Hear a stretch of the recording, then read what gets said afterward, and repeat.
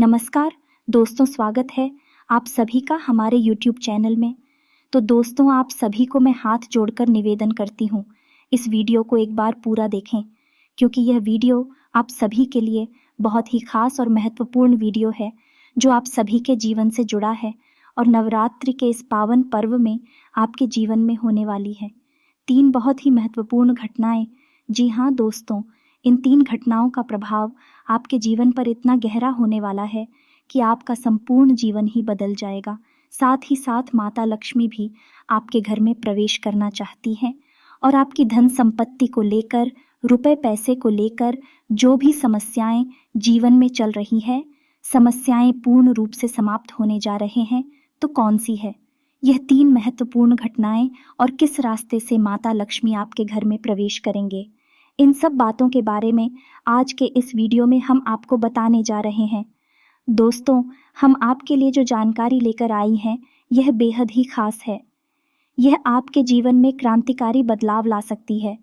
आपके लिए हीरे मोती के समान है। तो आप इस वीडियो को पूरा देखें, बिल्कुल भी इस वीडियो को मिस न करें। इस वीडियो का एक एक भाग आपके जीवन के लिए बेहद ही महत्वपूर्ण है। हम आपको बता दें कि कुछ बात है जो आपको जानना बहुत आवश्यक है। आप उसे पूरी तरह से अनजान है, क्योंकि आपकी राशि के जातकों के अंदर एक विशेष गुण यह पाया जाता है कि आप लोग दूसरों को खुश करने की भावना में और निस्वार्थ भाव से कार्य करने की भावना में इतने खोए रहते हैं कि आप अपने जीवन के बारे में ठीक तरह से विचार नहीं कर पाते हैं, मंथन नहीं कर पाते हैं। तो इस वजह से आप उन बातों से चूक जाते हैं जो कि बहुत ही महत्वपूर्ण है, आपके जीवन को बदलने के लिए आवश्यक हैं। तो आज के इस वीडियो में हम आपको वह महत्वपूर्ण बात भी बताने जा रहे हैं। उसे आपको जानना बहुत आवश्यक है, अन्यथा सब कुछ प्राप्त करने के बाद भी आपका जीवन खोखला ही रहेगा और एक खालीपन आपके जीवन में हमेशा बना ही रहेगा। कि आप हमारे वीडियो को पूरा देखा करिए। साथ ही आप सभी से हम एक छोटा सा निवेदन भी करते हैं कि हम आप सभी के लिए बहुत ही मेहनत छानबीन करने के बाद, रात दिन चैन के बाद आप सभी के लिए ऐसे लाभदायक वीडियो बनाते हैं। आपके फ़ायदे के लिए बहुत अच्छा वीडियो हम बनाते हैं। इन सभी के लिए हम आपसे कुछ नहीं चाहते हैं, बस इतना चाहते हैं कि आप हमारे चैनल को सब्सक्राइब कर लें और जुड़ जाए हमारे चैनल के साथ। इससे हमारा मनोबल बढ़ेगा और हमारी वीडियो के माध्यम से आपके जीवन में क्रांतिकारी बदलाव आ जाएंगे। इस बात की हम गारंटी देते हैं, क्योंकि दोस्तों, जो भी ज्ञान हम आपको देते हैं, जो भी बातें हम आपको बताते हैं, वह बातें साधारण बातें नहीं हैं। उन बातों के बहुत बड़े ज्योतिषी और शास्त्रीय प्रमाण होते हैं। हम यूं ही किसी बात को आपको बताने नहीं लगते हैं। हम पहले खुद उन बातों को अच्छी तरह से जानते हैं, रखते हैं, फिर उसके बाद उन बातों के प्रभाव को भी जानते हैं। तभी हम आपको उन बातों को बताते हैं जो बातें हम आपको बताते हैं। उन बातों को यदि आप अपने जीवन में जस का तस उतार लेंगे तो आपका जीवन निश्चित तौर पर बदलेगा। तो चलिए वीडियो की शुरुआत करते हैं। लेकिन इससे पहले जो भी माता के सच्चे भक्त हैं, तो वो सबसे कमेंट में पूरे भक्ति भाव के साथ जय माँ दुर्गा अवश्य लिखें।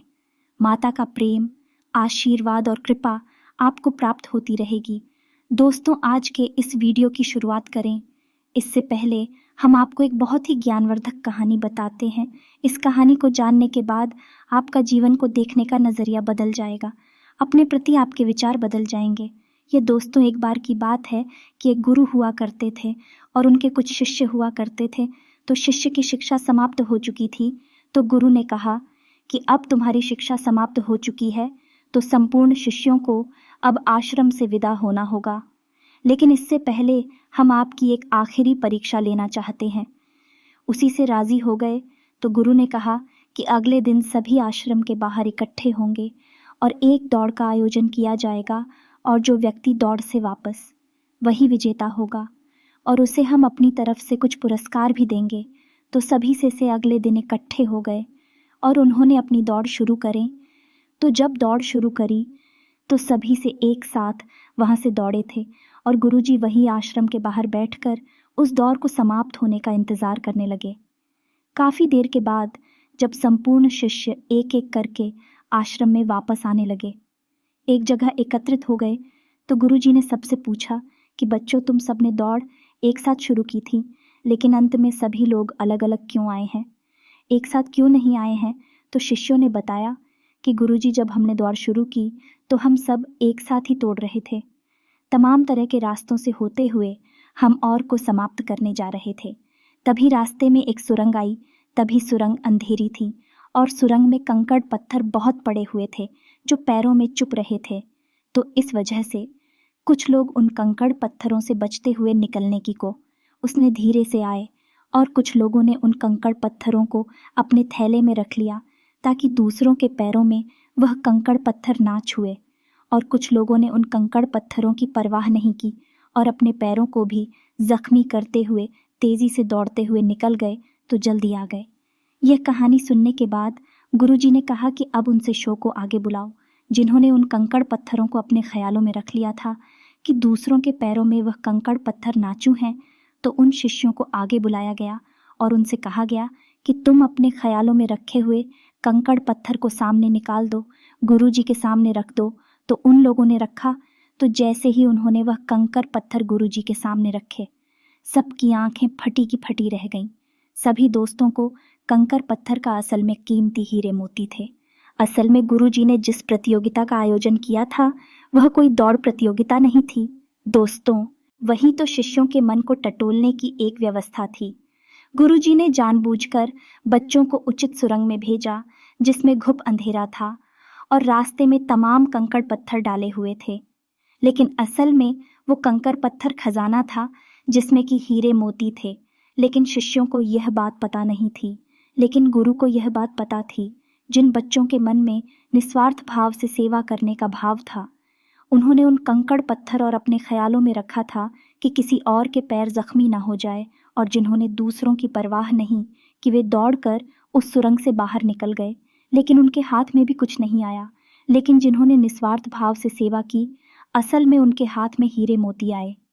इस कहानी से दोस्तों हमें यह सीख मिलती है कि जो लोग दूसरों की सेवा करने में, दूसरों को खुश करने में, निस्वार्थ भाव से मदद करने में विश्वास रखते हैं, भगवान उनकी झोली में हीरे मोती भर देते हैं।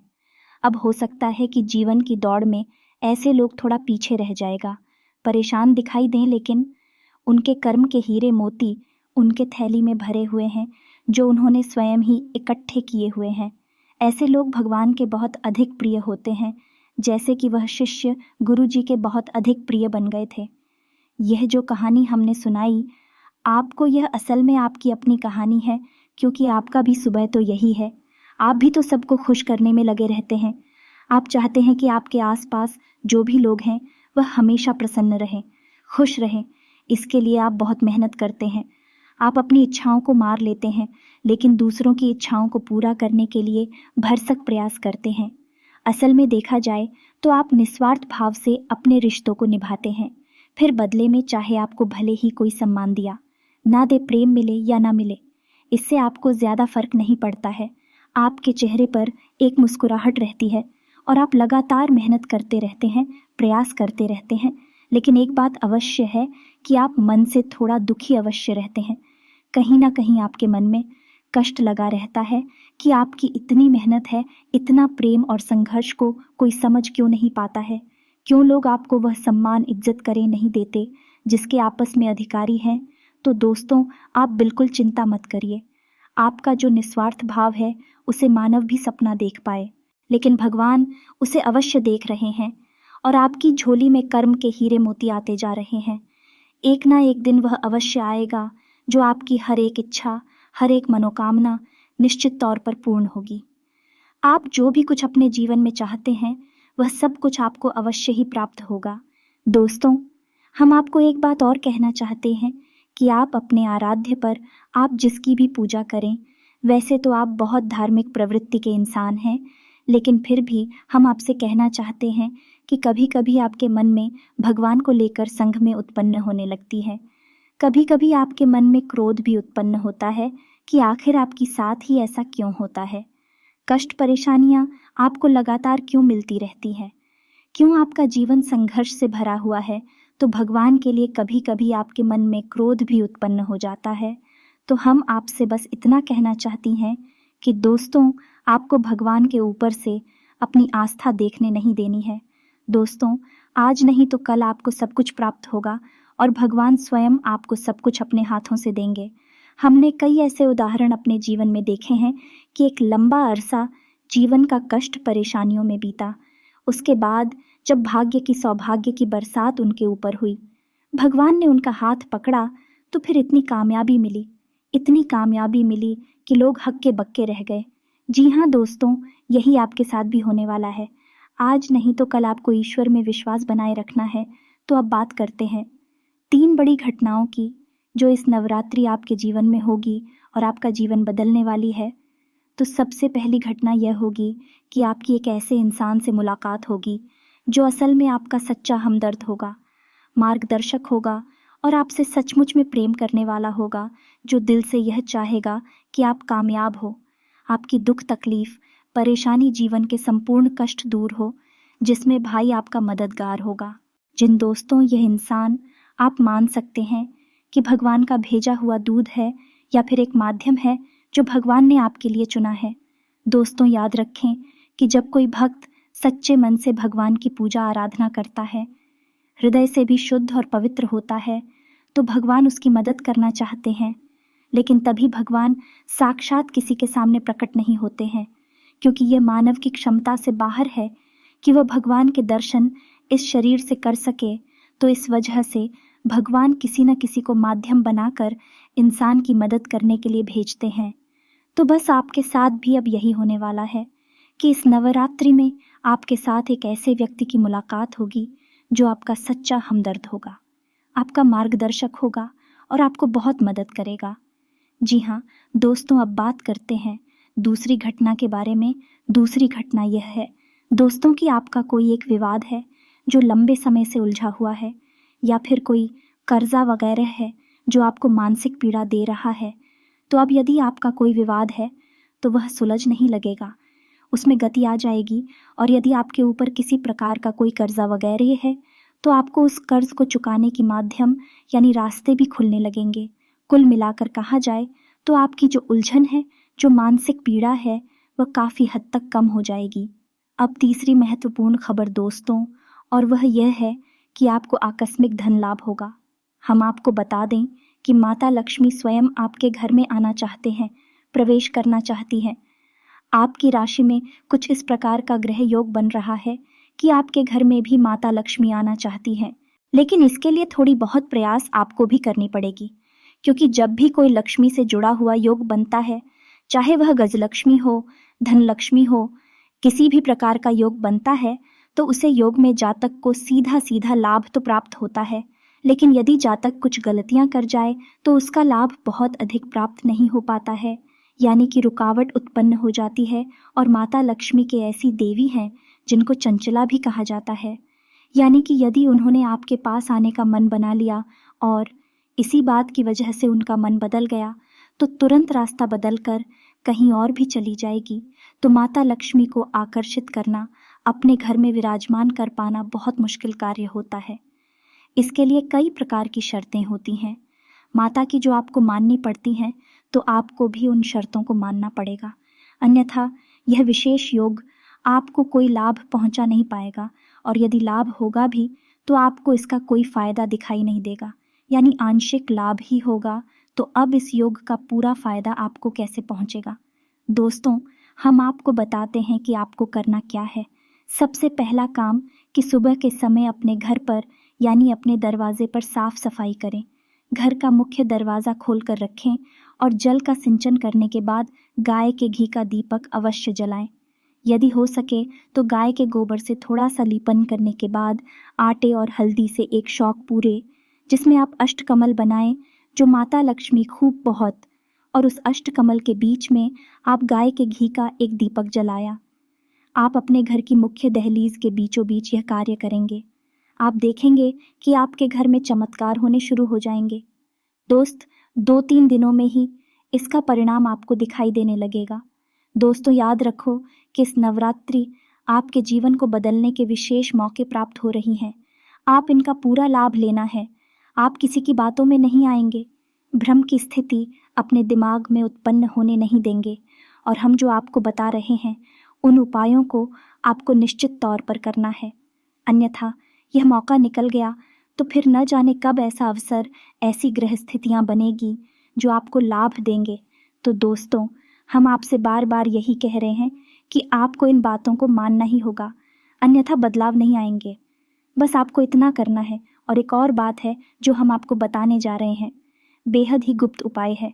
दोस्तों, बड़े बड़े व्यापारी, उद्योगपति इस उपाय को करते हैं, कोई किसी को बताता नहीं है। दोस्तों, लोग बहुत मोटी रकम की मांग करते हैं, फिर ऐसे बड़े बड़े उपाय बताते हैं, लेकिन हम आपको बताते हैं, आप ध्यान से सुनिए।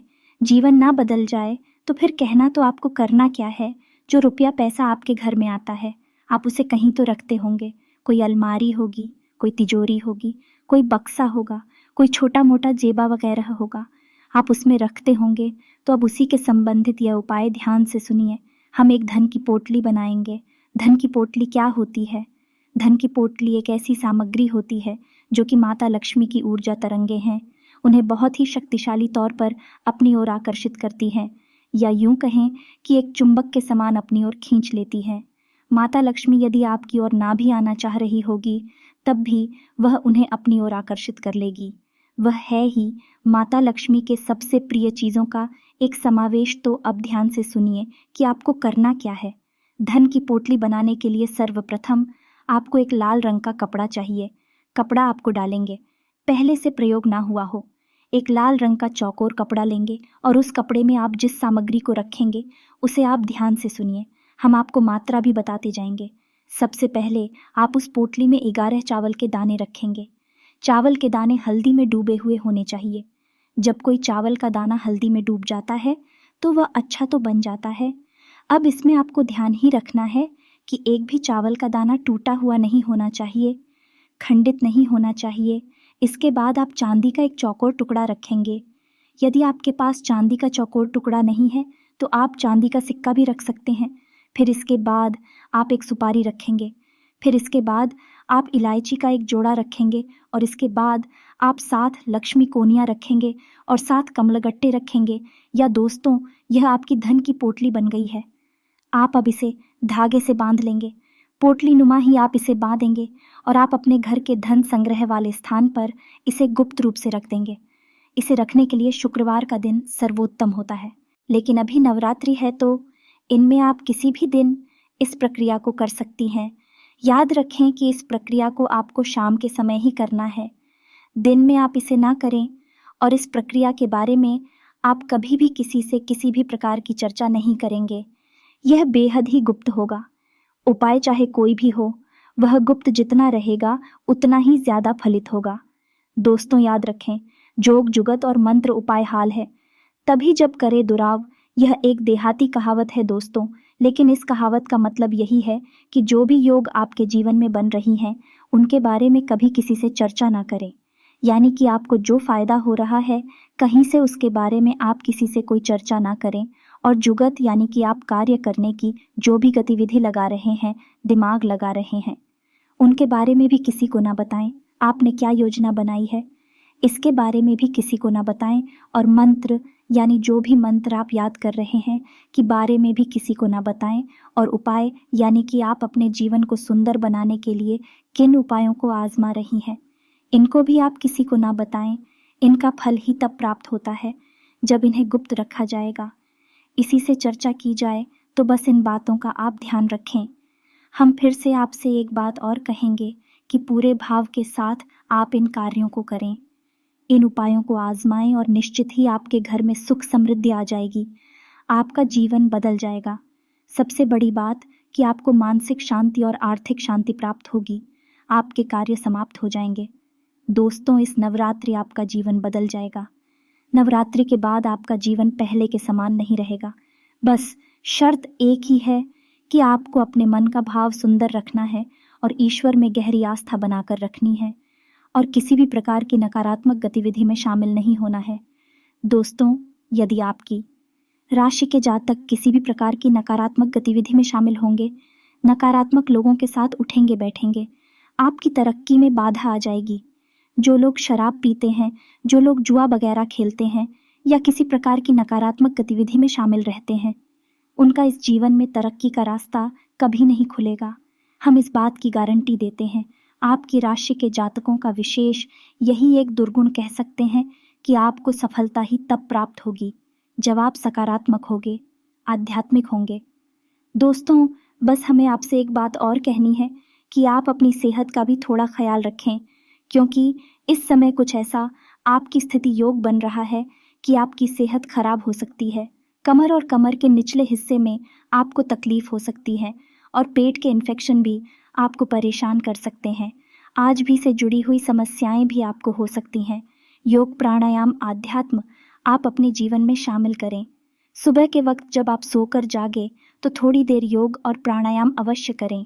दोस्तों, यह आप आध्यात्मिक भी बनाएगा, मानसिक शुद्धता भी देगा और आपकी तरक्की में एक सीढ़ी की तरह कार्य करेगा। यकीन मानिए दोस्त, होता है। इसी के साथ आज के इस वीडियो को विराम देते हैं। मन में यदि कोई भी प्रश्न उठता है तो आप कमेंट करके पूछे, हम आपको जवाब देने की पूरी कोशिश करेंगे। कमेंट में पूरी भक्ति भाव के साथ जय माँ दुर्गा अवश्य लिखें, जय माँ लक्ष्मी अवश्य लिखें। माता का सीधा प्रेम और आशीर्वाद आपको प्राप्त होगा। जीवन आपका सुख और समृद्धि भर जाएगा। मिलते हैं अगले ज्ञानवर्धक वीडियो में। तब तक के लिए धन्यवाद। जय माता दी।